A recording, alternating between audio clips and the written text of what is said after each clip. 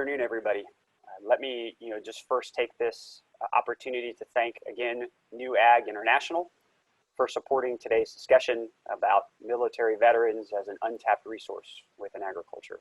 Specifically, I think the skills they bring to agribusiness for today. So my name is Mike DeSa.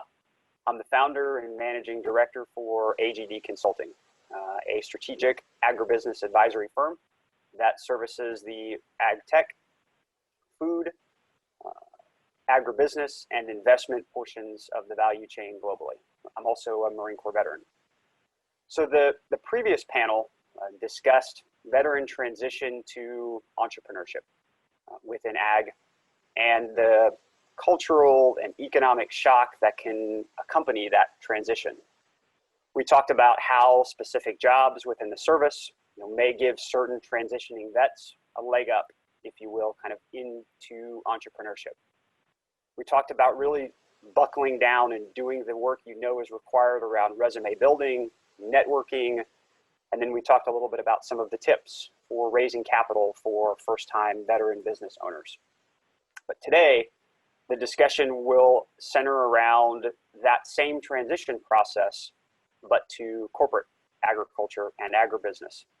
And so I'm really eager to get to the discussion today with 5 incredibly qualified and insightful panelists who bring both a varied yet deep sense of insight into the topic. So good afternoon to all of you, and many thanks for joining me. Let me first introduce the panelists. First, we have Elizabeth Guevara, who is the Diversity and Inclusion Manager at Nestlé, and she leads their Project Opportunity Initiative. It's a national program. It's a career acceleration initiative intended to really address the future workforce talents and needs. Elizabeth also leads the Project Opportunity Alliance, which collectively addresses some of the tactical impediments to hiring and retaining talent from the military community and underrepresented groups. Elizabeth has had a successful 20-plus year career in talent management that spans Fortune 500 companies all the way down to startups. A native of the DC area, she's earned her bachelor's degree in industrial and labor relations at Cornell. Elizabeth, pleasure to have you. Next, we have Krumm.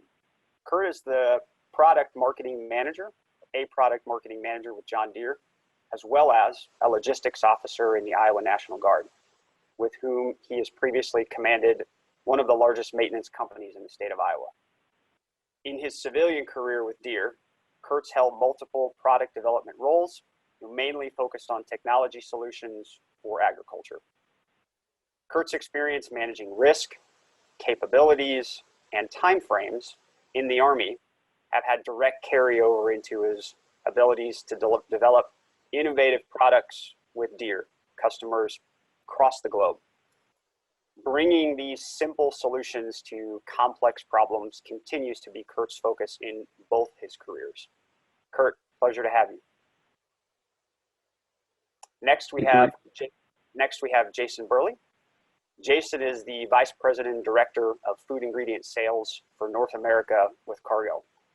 He's been with Cargill since 2005 in various leadership and management positions within the ag supply chain, as well as food ingredients and bioindustrial business groups.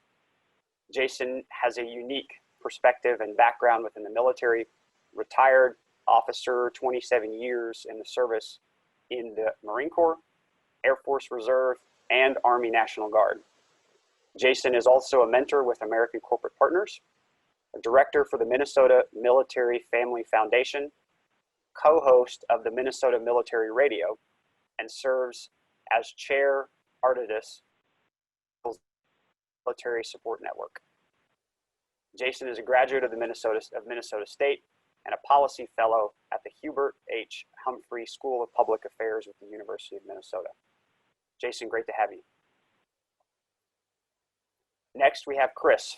Chris Thorne is the Director of Account Management for HireMilitary. In his 30-year naval career, Chris served in a wide spectrum of roles, from hospital corpsman to EMT to operations and international aid coordinator. His tours with the Navy, as you would expect, took him all over the world, the Far East, Europe, and for combat deployments to Iraq and Afghanistan.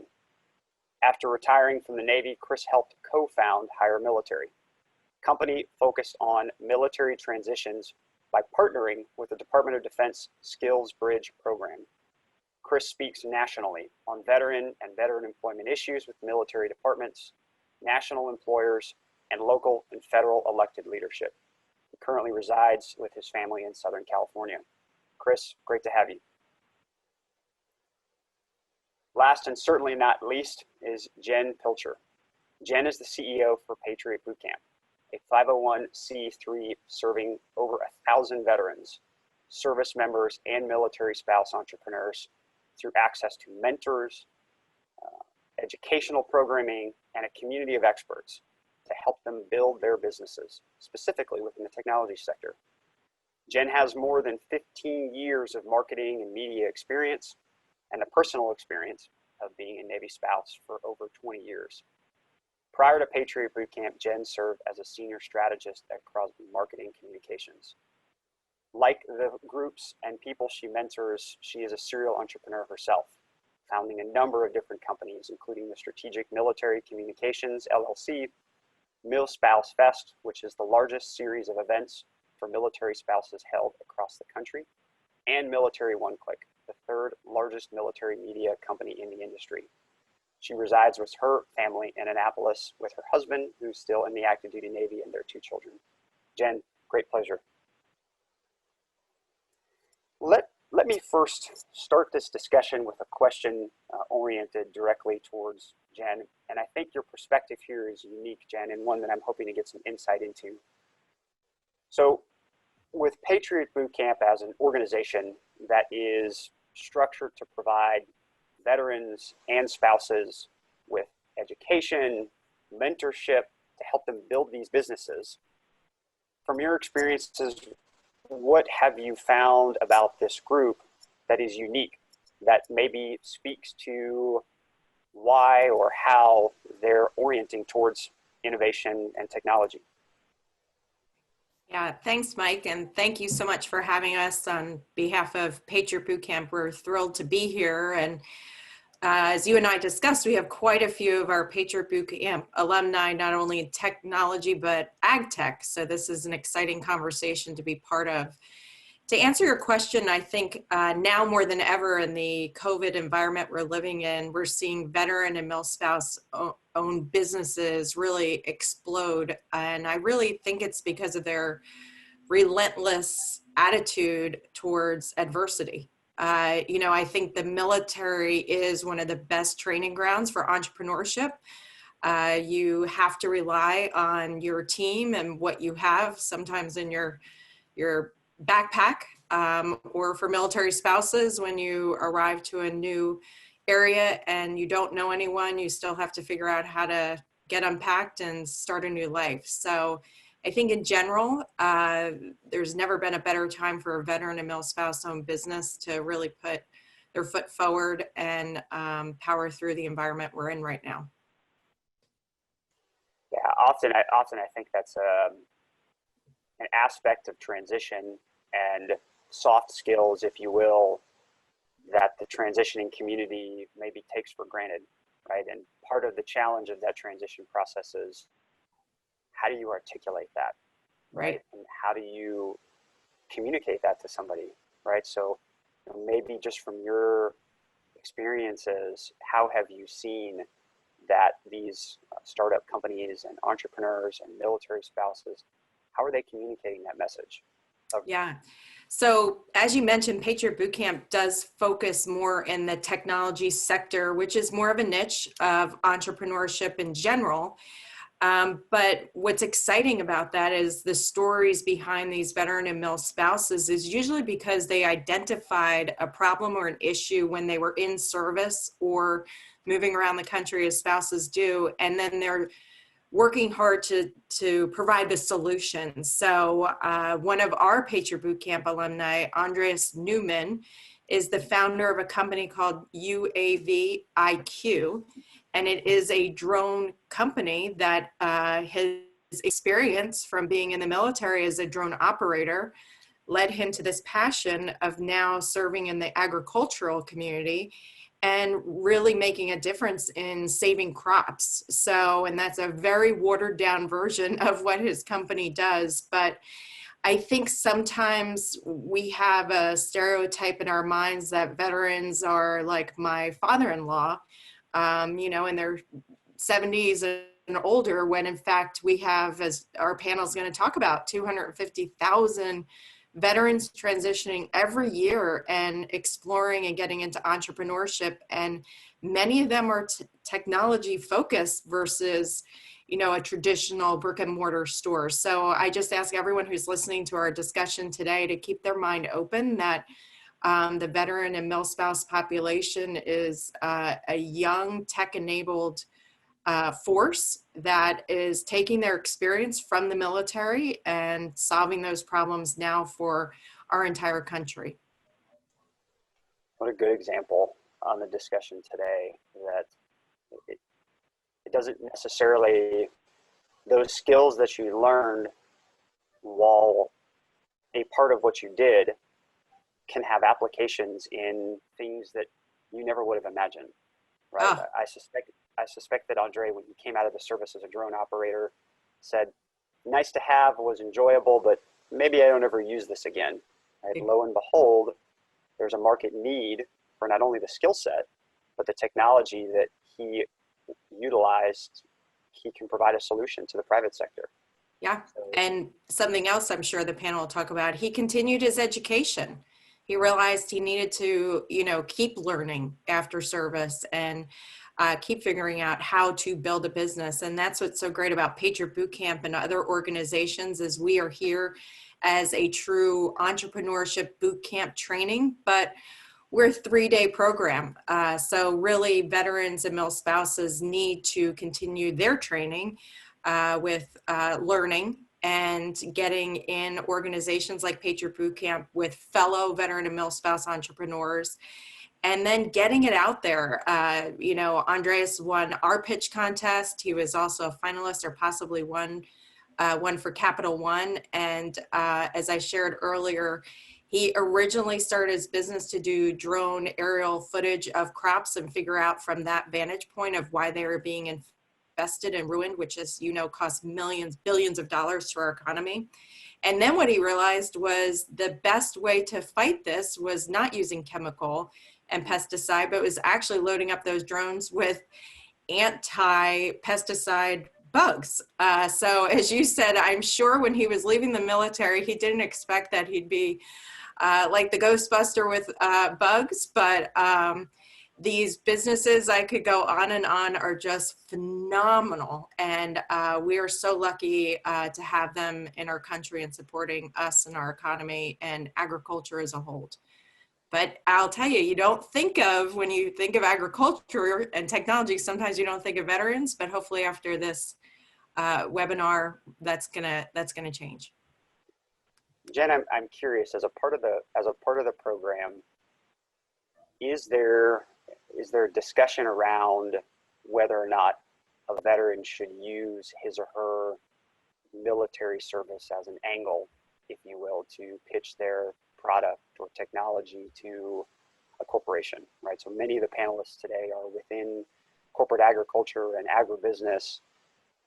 Do you think that utilizing that service as a point of introductory leverage is something that you would recommend for trying to get into that sector?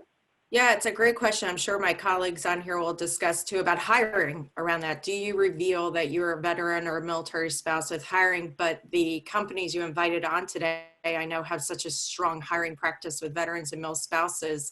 Hopefully they'd say what I'm going to say, yes, but not just because you're a veteran or mil spouse. It's your story. It's Andreas, who, you know, was a drone pilot in the military, which drove him to keep exploring that with a business and entrepreneurship. So we make it very clear at Patriot Bootcamp that your military affiliation is what we have in common, but now entrepreneurship and being a business person comes first.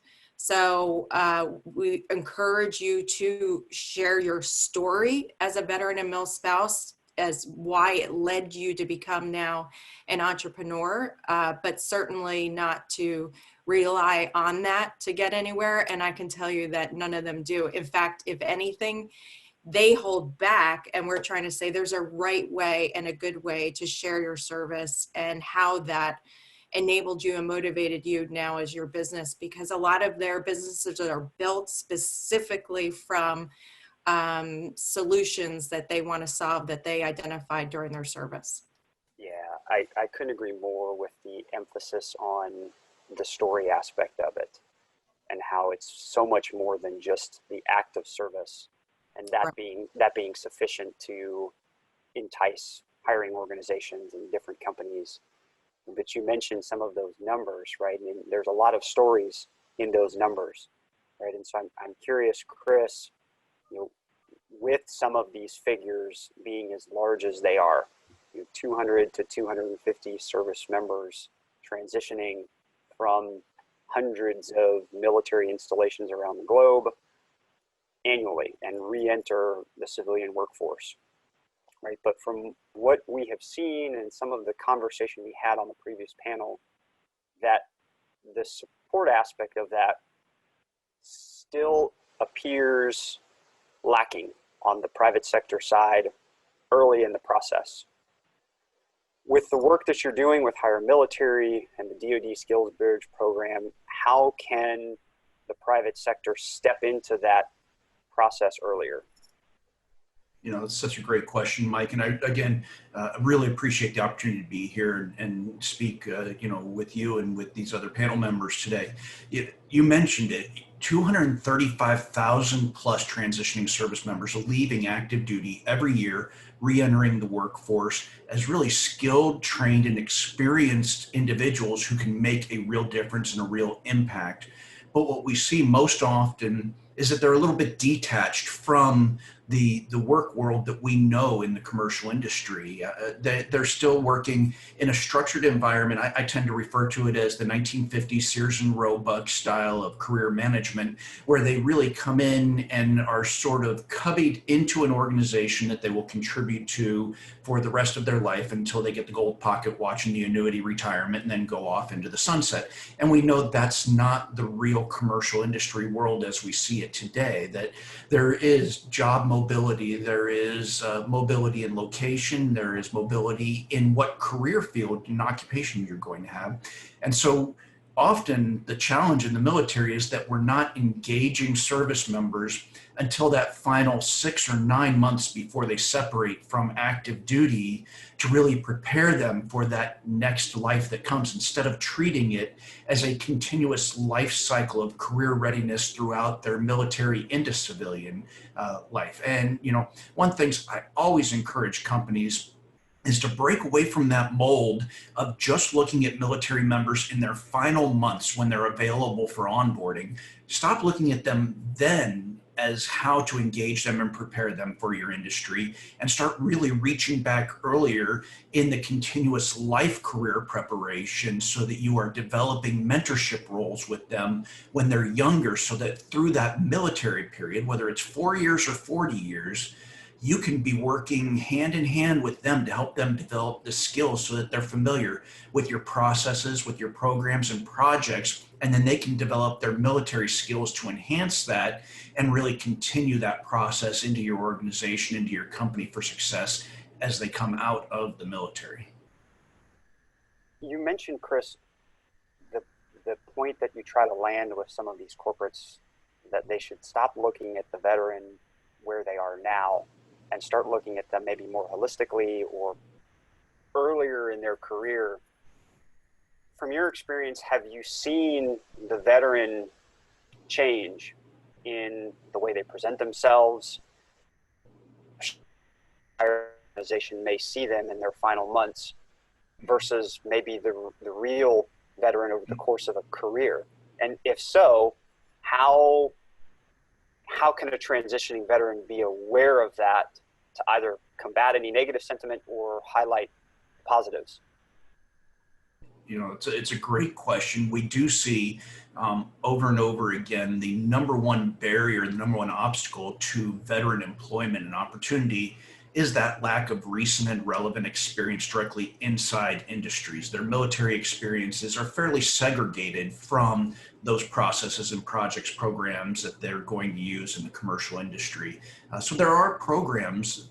We work with the DoD Skill Bridge program that works to set service members into full-time training with industry opportunities with their final 6 months of active duty pay. It's a great program because it allows that service member to really build up those skills in industry using those processes and programs, but it relieves the risk from the employer because the program does provide them still on active duty, so the federal government is still paying all wages. And so that's a great way to do it. And I think we see a lot of success in those areas where the service member has an ability to integrate into the commercial industry before they're really faced with that transition pressure. Because when we look at those service members in those last 3 months or 30 days, or even at their transition date separation from active duty, the conversation now becomes about just getting a paycheck to keep food on the table for the family and pay the bills, instead of truly pursuing a career. And when we talk about great things like veterans going into agriculture and the ag business writ large with what it is today,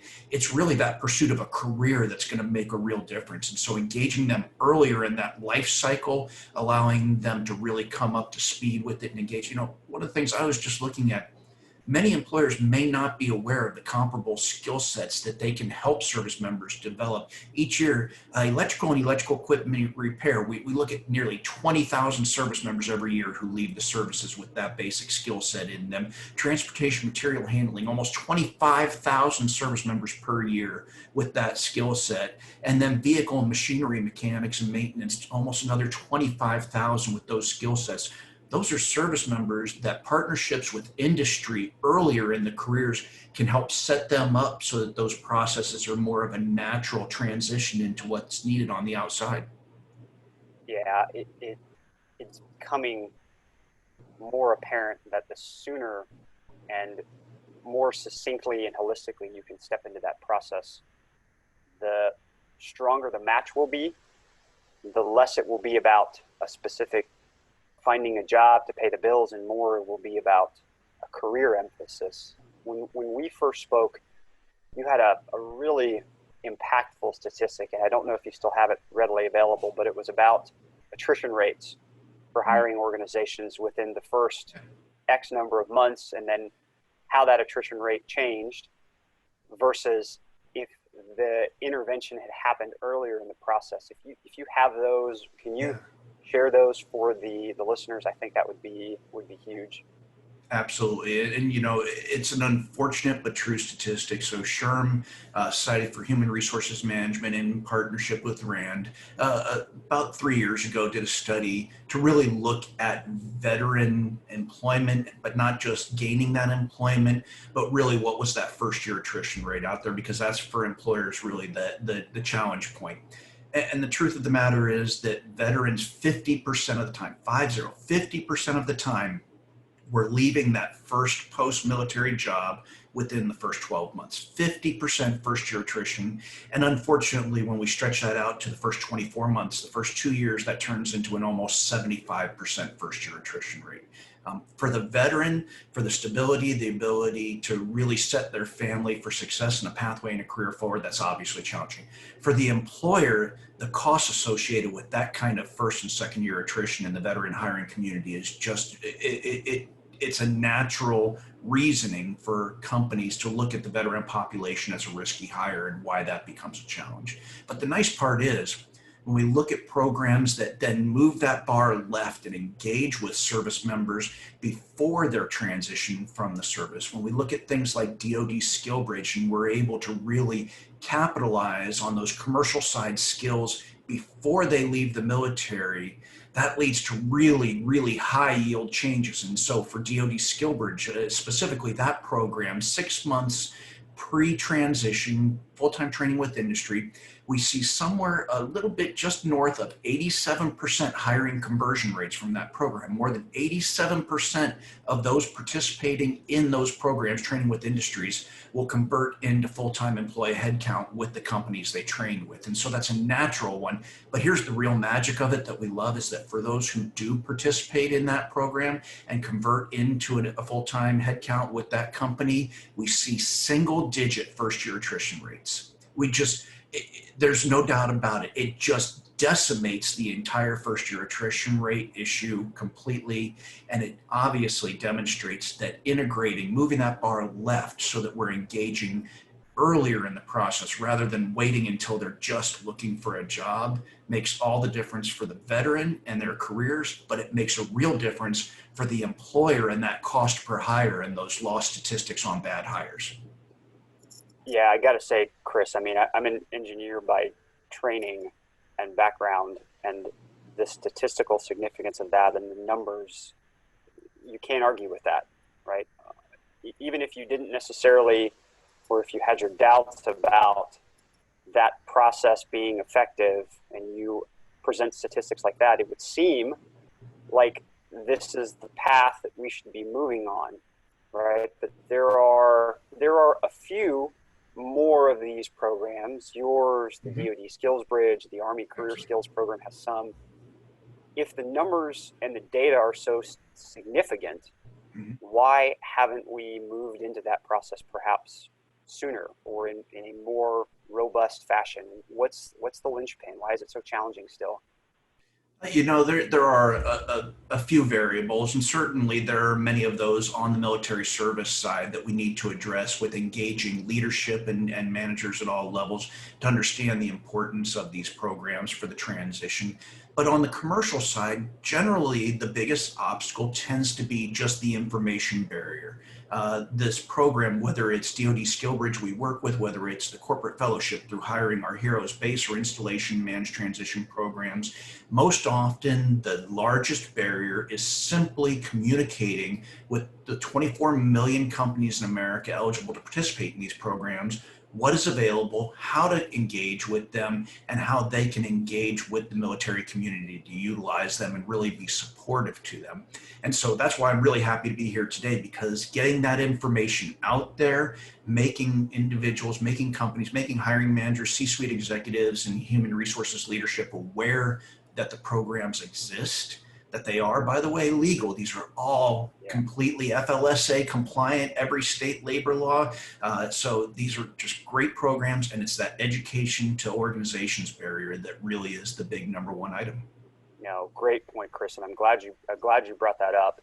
And that's a key hope of ours as well, is that discussions like this and the previous one will highlight that often the significant barrier is one of education, right? And the more that you can have that conversation and present information that helps close that gap, the better, right? And when we first started talking, a point that was raised in the previous panel around this cultural corporate shock, if you will, is one of the other challenges that we've seen with transitioning veterans into corporations and the private sector.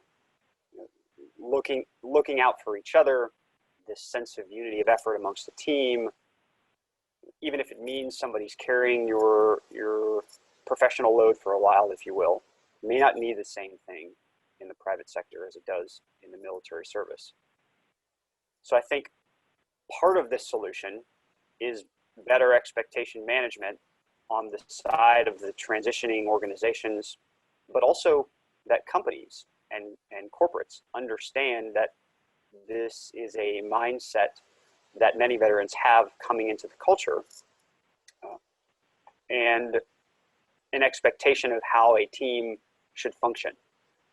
And so with that in mind, Elizabeth, I'd like to direct this one at you. Given that Nestlé is employing over 2,000 veterans, in the conversations that you've had, have you seen this, quote, corporate culture shock with new veterans? And given that your veteran base is so large, you had to have found some way to overcome this and some semblance of success to help combat this. How have you seen it, and if so, how have you guys rised above it? Thank you for having me here today. Yes, I think this is a really important topic. I think corporate culture shock is still a challenge, even with organizations who have long been working to create a military supportive culture. And Nestlé's tried a lot of different things to bring veterans into the workforce. And quite candidly, we're still figuring out how to get some of the things right, how to be consistent and better at onboarding, how to build that sense of community and engagement within all of our locations, and how to work closer with VSOs, those are veteran service organizations, and other partners to provide more career readiness support for service members and for military spouses. So, I think culture shock can really be addressed best through proper onboarding, buddy programs, building a sense of belonging through employee resource groups. And Nestle does a lot of these things, but again, we're still working to improve and scale these efforts. We're huge, it's not easy. For one reason, we have multiple microcultures within our organization with corporate offices, factories, field locations, and distribution centers. You'll find that different demographics, different sizes of the populations at these sites, create different experiences. And, we know that at some of these sites, military onboarding is better than in others. And, we're looking for ways to improve that. You asked if I've seen an example of culture shock in the organization. I have to say yes. I think there's one particular example that I can recall that was before we started an ERG. It was actually about 2.5 years ago that we started our first military community ERG within Nestle. And an ERG is a military employee resource group. We started it in our headquarters in Arlington, but extended it to include our Solon office, which is actually quite a big campus with over 2,000 people in one area, and different types of sites are there as well. So, we've since expanded that ERG to include employees in our Seattle office, and we're also leveraging different virtual tools such as Workplace, Facebook Workplace, Microsoft Teams, and other technologies to extend some of the activities that we do to other sites. This ERG is led by our veterans and our military spouses, but it's really building that community for our military affiliated employees and allies. They play a really important role in our organization. They partner even with organizations like nonprofits like Flag Armor and Blue Star Families to ensure that we're educating and engaging our employees on how to understand and support the military community. And when I say that, I mean it's not just our military employees, it's their families, it's our military consumers. And so when you described earlier that there's that this is like a team that has each other's back, that is what this ERG represents within the organization. They definitely help with acclimating, helping new hires acclimate better into the organization. They help to navigate Nestle's ways of working, and even helping them to provide support during deployment or when they're returning. So again, we have a lot of work to do, especially to replicate and scale some of these best practices in the ERGs. But sorry, I kind of rambled there, but getting back to the example, that one veteran employee that I was talking about, he was working at one of our factories, and he had seen this post that I put out on internal communications, essentially announcing that we were going to start our ERG. And his comment was kind of alarming to me, because he mentioned that he had a poor onboarding experience at the factory. And I replied right away. I told him, look, I want to hear your story. And we set up a time, we talked about it, and he was very candid. He told me about very disjointed and kind of a confusing start at the factory. But I also have to point out that he also demonstrated a lot of the skills that we love to see in veterans, right? We saw that his resilience, his adaptability, his agility in that situation, you know, he didn't stay negative. You know, it was a time that there happened to be a changeover in managers, and so some onboarding things did fall through the cracks. You know, it was fortunate that the new manager happened to be a veteran, so he was quickly able to help smooth things out. But you know, in the end, overall, we did learn from this and other stories that we hear. You know, we encourage those courageous conversations to happen within the organization because it's the only way we're going to be able to change. And I can tell you that even just over the past year, we've really updated some of the onboarding processes, both with our corporate and non-corporate locations. So I have to ask, Elizabeth, because in a lot of these examples, be it the buddy system, which we're all familiar with as service members, and that may or may not include being partnered with a military veteran, ERG organizations being perhaps led or supported by veterans. This particular instance where the manager of this individual also happened to be a veteran, do you need veterans embedded in an organization, either at the managerial or C-suite level, to have, implement, start an effective veteran hiring initiative and program? Is it mandatory? No, I don't think it's mandatory. I don't think we need to have a veteran leader to ensure that a veteran hiring initiative or a military supportive culture can be built in an organization. It can certainly help, but you know, it's really about leaders recognizing why it's important for the business and even from an economic impact perspective. Also, that top-down support is really critical to ensuring that programs can be up and running and be successful. At Nestlé, you know, I can tell you it's truly a business decision to support hiring and retention of military affiliated talent. Frankly, it's critical to solving some of the talent skill gaps that we're facing. You know, as mentioned earlier, I lead a career acceleration initiative called Project Opportunity, which focuses on skill building and creating access to career opportunities for those who need it. And we especially focus on transitioning service members, veterans, military spouses, and underrepresented groups, because we know these are hidden talent pools that can be upskilled and reskilled to fill some critical jobs.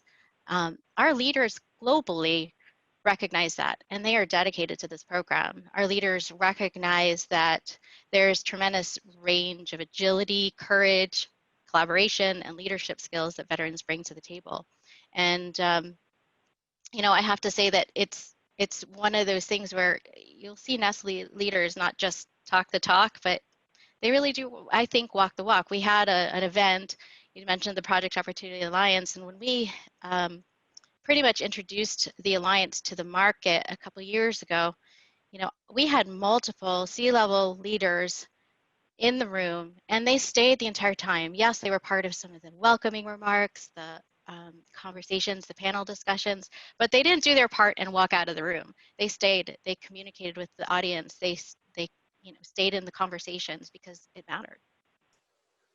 Yeah, and I think especially on that last point with the veteran community, so much of that transition process is being talked at, right? And instead of an interactive one. And so in an instance like that where you can be presented the information, because to Chris's point, there is an educational gap that has to be addressed here. But if the leadership understands that the transitioning service members has traditionally learned through interaction and a vested interest in a common goal and a mission, and if they can, even something as simple as stay around for a little while afterwards and showcase their support, right? In my mind, I agree that you don't need a veteran to be able to do that. You need somebody who understands empathetic leadership and even a fundamental understanding of where the veteran may be coming from, or that there is even a transition process that happens, can be enough, you know? And so I'm glad that you brought that point up, and I'm also glad that you raised the economic case, because I think that's one that doesn't get touched on very often, that not only is there an untapped resource, but there can be a business case around the hire as well, right? Absolutely, without a doubt. And So, I think that the recognition, when I say top-down support, again, it's not just speaking about supporting it. It's really doing something about it, putting the resources there, or giving your people time to figure it out, right? And even again, looking to reach beyond our own walls to see how we partner with others in the community, organizations like the others here on this panel, and we have the alliance. They fund that alliance. It doesn't cost other organizations anything to join it. It's really just about putting in the time and the dedication to solve some of these challenges. So Nestlé, Cargill, and over 20 other organizations are here and willing to have conversations with others in this, who might be listening to this panel today. So I definitely we'll put a shameless plug in to say people should reach out and find out how to join the alliance if they're please. interested. Yeah, no, do so. I think it's incredibly important. What you guys are building is impactful to not just the veteran community, but a variety of other groups as well that can benefit. So to raise another point that came up from the previous panel around the transition difference between the officer and the enlisted community, if you will. And I want to direct this at you, Jason, because of the varied background that you have on both sides of that fence, if you will, as serving on the enlisted side, but also the officer side. There is this networking gap that we have identified, and many others exist between both of those communities in the transition process. Right, so the officer community many times has this college network that they can tap into to begin to build private sector opportunities, whereas many of the enlisted transitioning community may not have that, which means in some cases they return back to hometowns looking for those kinds of opportunities. And so I'm curious from your perspective, Jason, both personally and from your time at Cargill and through the Cargill's Veteran and Military Support Network, how are you addressing this networking gap that exists to create as equal of a hiring opportunity as possible? Thanks, Mike. Really appreciate the opportunity and appreciate being here with this esteemed group. And as Elizabeth alluded to, we partner together in the Nestlé's Corporate Alliance, which is a phenomenal group. And so folks look into that.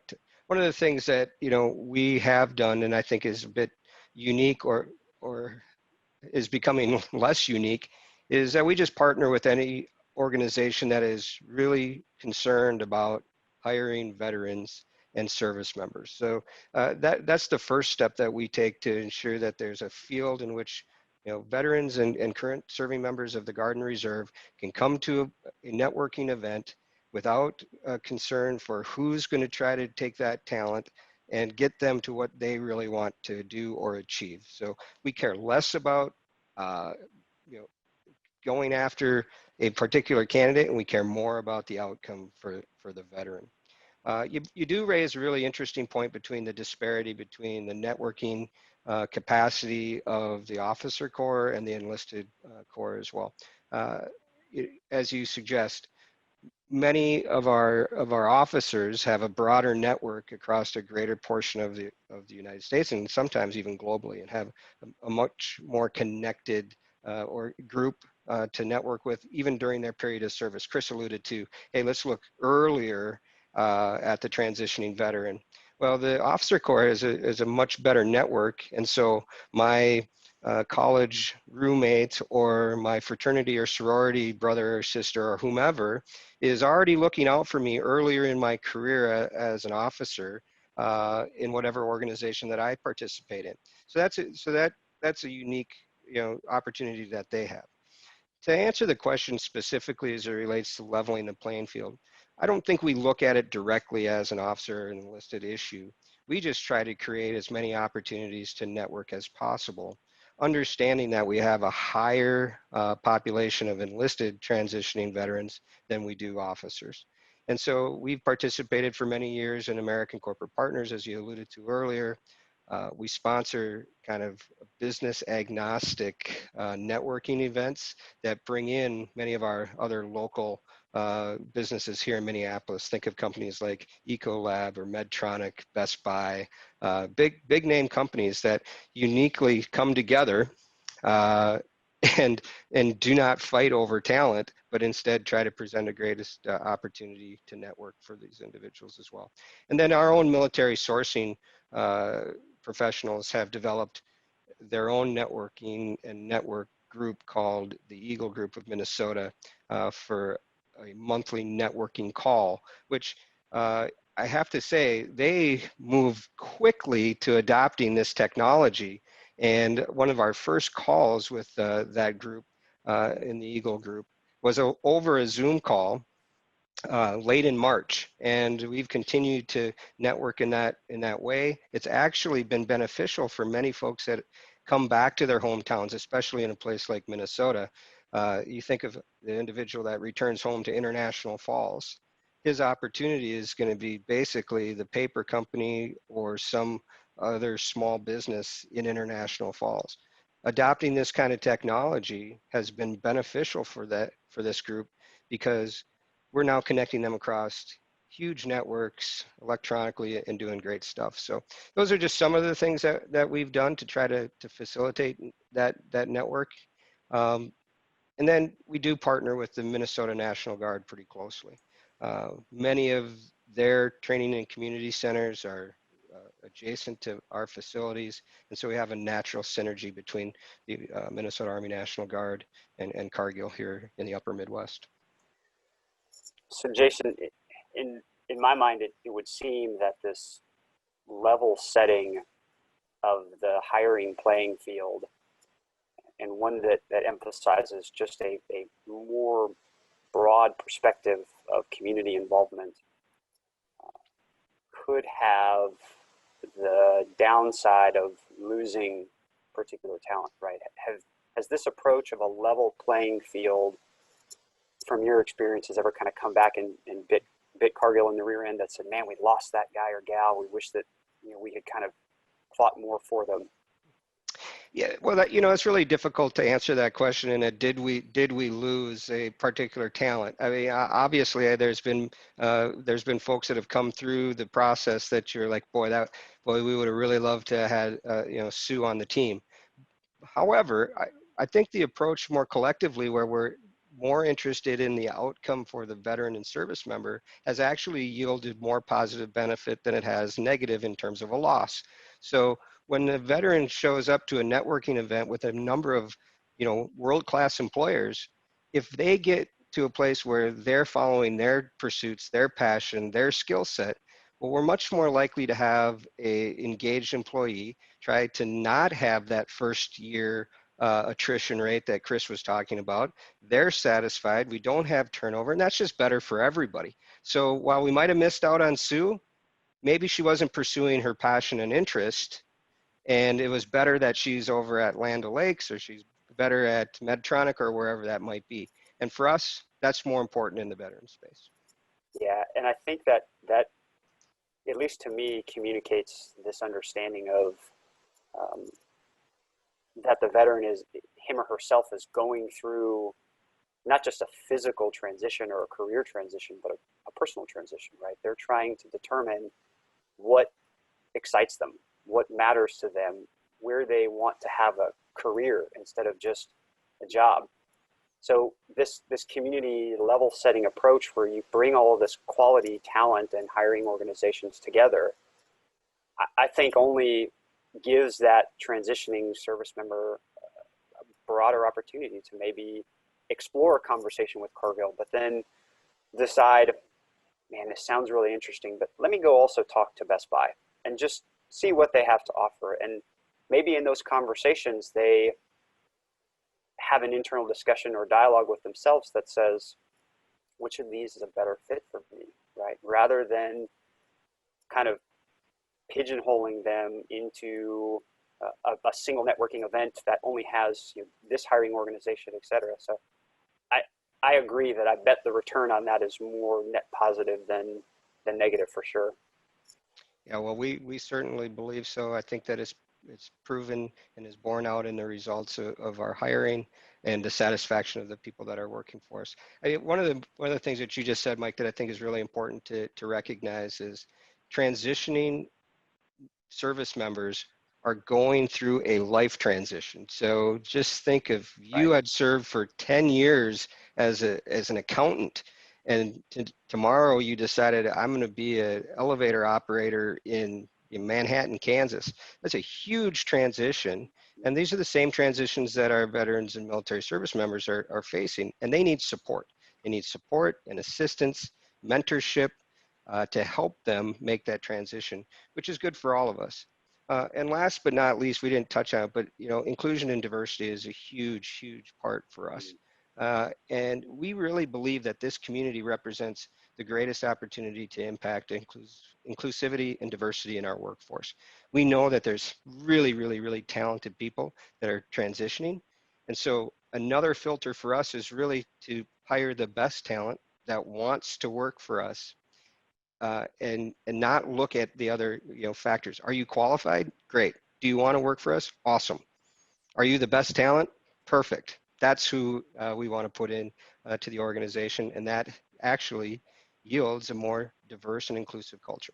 Yeah, that makes a ton of sense to me. And this idea of inclusion and diversity in the hiring process, I think may be a natural segue from my mind into the questions I had for Kurt at Deere, but not in the sense that you're thinking of.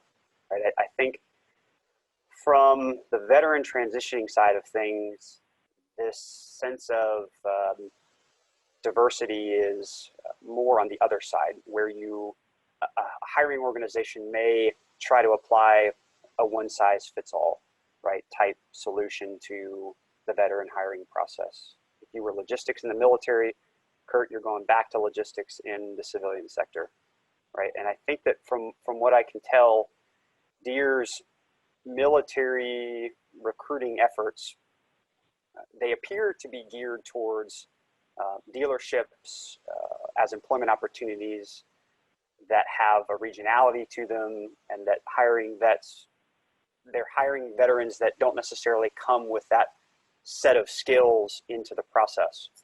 Right. So in my mind, that speaks to this counter to a one-size-fits-all solution. And so I'm hoping for you to kind of maybe unpack that a little bit for us. How are you, in the instance where you're hiring for mechanic skills, but are targeting a group that may not have those skills, how are you closing this gap, if you will? Yeah, thanks, Mike. And I think this has been touched on quite a bit already from the other panelists, but the reason you hear probably the most about some of those remote locations and dealerships and service technicians and parts folks is there's a huge gap and need in that area right now. It's not just agriculture; it's everywhere where there's just a labor shortage. Especially when it comes to skilled labor. And so we probably promote some of those areas a little bit more than others, just because there's a big need. And I think what the big advantage a military person has is coming into these different opportunities, and the things that, in the past, myself included, have never been awesome at explaining is, yeah, I'm a logistics officer in the United States Army, but what does that mean? So in the Army, for instance, we have FM 4-0, which is Army sustainment. We have FM 6-0, which is staff operations. We have FM 6-22, which is Army leadership. We have FM 7-0, which is training operations, right? And those are a very short list of field manuals that the Army has to explain everything. And unfortunately, when I and others put things on a resume, we put the titles of the manual, and we don't necessarily always open up those books and explain what's all in that manual. And a big thing at John Deere right now is technology integration, and that's the area I work in. But innovation, risk, and those both kind of go together are huge, and those are things that soldiers do every day. you know, and they're in those field manuals, and it's part of planning operations and doing logistics. And but if we just say the title and we don't go into, you know, what that's built from, we're probably doing ourselves an injustice. And I think there's an awesome opportunity for soldiers to really explain, you know, that they live, and another key word we hear a lot in technology is agile, right? Like that is what soldiers do too, right? Like they go out, they don't have a defined plan to do something. They're flexible and they build their plan as they go. You know, we all have a mission that we're trying to achieve, but to get there is always a different story, and that's agile, right? And so these guys are built agile into their brains, and for a long time I've seen this as a great fit for military folks in agriculture. And I'd say the other big benefit is when you go into different ag operations, and the other panelists probably seen this as well, but it's not just all the time doing your one job, especially on the production side of agriculture. When you go out to plant the field and you have a certain tight window to get that planting done, and the whole crew goes out there, well, your job might not necessarily be what it's going to be at that time, but you have to get all this work done in this period of time, and you have to work together as a team to make it happen. And you might not be doing exactly what your job title is, but you're working as a team to achieve that mission. And what I just described is the military, right? So perfect fit. I'm curious, Kurt, was this approach from Deere to focus on the kind of rural regionality of dealerships as a hiring entry point, if you will, for veterans? Has that approach been iterative? Did it start that way, or has it evolved based off of, you know, different practices that Deere has tried? I'm curious as to the evolution of that approach, if you can comment on that, what it was 5 or 10 years ago versus what it is today, and then what may have changed it, if it has changed.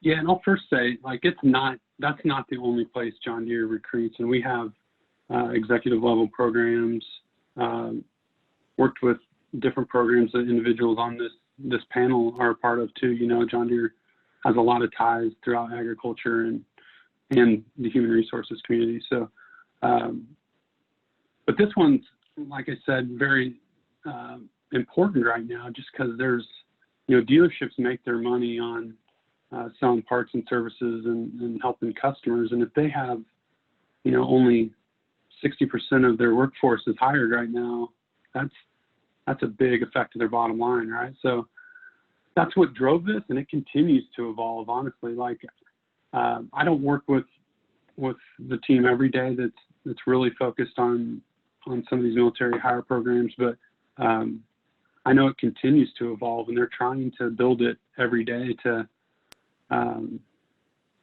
be better and to get more people into that program. But it started just because, you know, we have military people that work here. I think they all agree with what I just said, that, like, man, this is a perfect fit. And so that's how it starts, is with an idea, and then they've just continued to iterate and try to engage different people and try to, you know, develop. It's really about, and you talked about it when you, the networking opportunities, right? But it was, you guys were talking a little more different sense, but that's what I think the team at Deere right now is trying to do, is who do we reach out to? Who do we contact, and how do we get more of these names of people we can tell about these opportunities? And so there's an opportunity for both sides there, I think, to work together to open those lines of communication. Yeah, I absolutely agree, Kurt. And I think your point on the evolution of this hiring process for John Deere speaks to the fact that these processes need to change to be most impactful for the community that you're trying to target, right? And a transitioning veteran 30 years ago is not the same as a transitioning veteran today. And it may be on this idea of evolution, right, of processes that I'll conclude with kind of a quick fire question to each of the panelists. And I think maybe Elizabeth, we can start with you. From our standpoint, there's this continuous kind of evolution of skills that I think are needed to remain relevant within the food and ag industry, right? 10 or 15 years ago, you didn't need to be a technologically savvy producer to really be ahead of your competition. Today, I think you do. So from your experience and the experience of the panelists, I'll ask you all to comment on this as well. What are you seeing as those skill sets that are evolving that will be necessary for the future of agriculture and food, be it sustainability, traceability, decentralization? Where do you see that, Elizabeth? So I think, I feel like one of the most dominant needs for all industries is the focus around actually the soft skills, not very specific hard skills, technical skills, because these are the things that are hardest to teach. And it's one of the reasons you look for an experienced talent pool like the military, because they bring a lot of that. There's so many different types of experiences, some jobs not even chosen, right? So, the other thing is that these skills, they have to be conditioned over time and through experience or even just awareness. And so I want to point out that this is one of the reasons it's really important for employers to work closely with education and other organizations to create awareness of the value of soft skills. And they can bring real life stories to life. They can, through things like this, webinars and information sessions and panel discussions and such, or little videos, but they can really share some examples of how employees have successfully risen in their careers or have had meaningful impact because of some of the key soft skills that they've been able to apply. Things like others have mentioned here, the agility, the resilience, the being a self-starter, being that problem solver. When I talk to leaders within the company, those are some of the most important things. When we think about upskilling and reskilling, if you don't have folks who can be problem solvers and who can be a self-starter, they take away from the productivity of others on their team who they're calling constantly for help, right? And so in order to continue to upskill and continue to stay certain that your entire workforce can be ready for the future, you've got to focus on that. Interesting. Jason. Well, Elizabeth, as usual, stole a lot of the thunder because she's absolutely right. I think it's those people skills and soft skills that are really unique. And it's also the leadership attributes that these individuals bring to bear as well. But for the future, really specific around production agriculture, I do think from a hard skill standpoint, increasing business acumen and understanding macro markets is going to be pivotal in the future. Many times the production ag folks that I have worked with are very astute in their local markets, but don't understand the greater macroeconomics that are impacting them in their business. I also, you mentioned sustainability, so I'll bypass sustainability a bit, but specialty and having the ability to move quickly, be agile, as Curtis talked about. How do you move quickly to meet emerging needs and trends? And production agriculture has a little difficulty there simply because we have a growing cycle that we have to try to match. But where you can, attribute particular amount of your business or acres to flexibility to be able to catch those trends, specialty markets, non-GMOs, organics, whatever it is that's an emerging trend at the customer level, the consumer. I think that's going to be important as well. Interesting point, Jason, about flexibility within your own acreage. I think that's key. Kurt.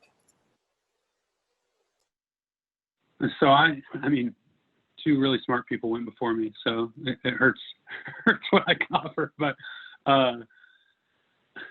what I focus on and what our group focuses on every day is bringing automation and artificial intelligence to agriculture and construction. So there's obviously a need to, at least if not fully understanding technology, to embrace it and know how to get the most out of it, because I don't think the labor shortage is going away, which means automation is just going to increase. So that'd be my 2 cents. Yeah, and I think that, Chris, I haven't forgotten about you, and it's going to be the same question here, but because Kurt had mentioned the technological aspects of automation and that being, I think, a driving factor here for the future of agriculture.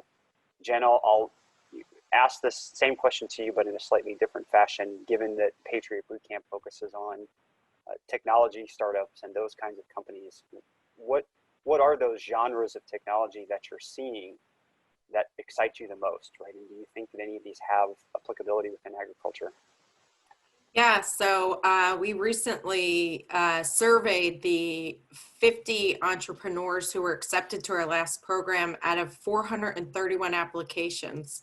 So first of all, it demonstrates the need and that's out there for veterans in transition and military spouses for entrepreneurship. And then we dug in further of what types of technologies these companies, these veterans had. And drone is one of our highest ones, as well as AI, machine learning, and SaaS, software as a service, are definitely the top ones. And again, the expertise that comes from more experience, hands-on. A lot of them are self-taught. You know, sometimes very long deployments can also help sharpen their skills. And then, as we talked about, come back and formalize that education. So it's super exciting to see the forward thinking technology, specifically as we're talking here in agriculture, but for sure drone technology. And I think because we have such a high emphasis in aviation through Air Force, veterans, Navy, Army, you know, Marine Corps, all of them touch it. It's interesting that that's really a highly and in high demand. So yeah, the things that they're doing now with those technologies that you just mentioned within agriculture are really mind-boggling. Chris, take us home. Things that you're seeing that are impactful either from technology or directly within agriculture that you think will be a part of a skill set necessary to evolve with the industry.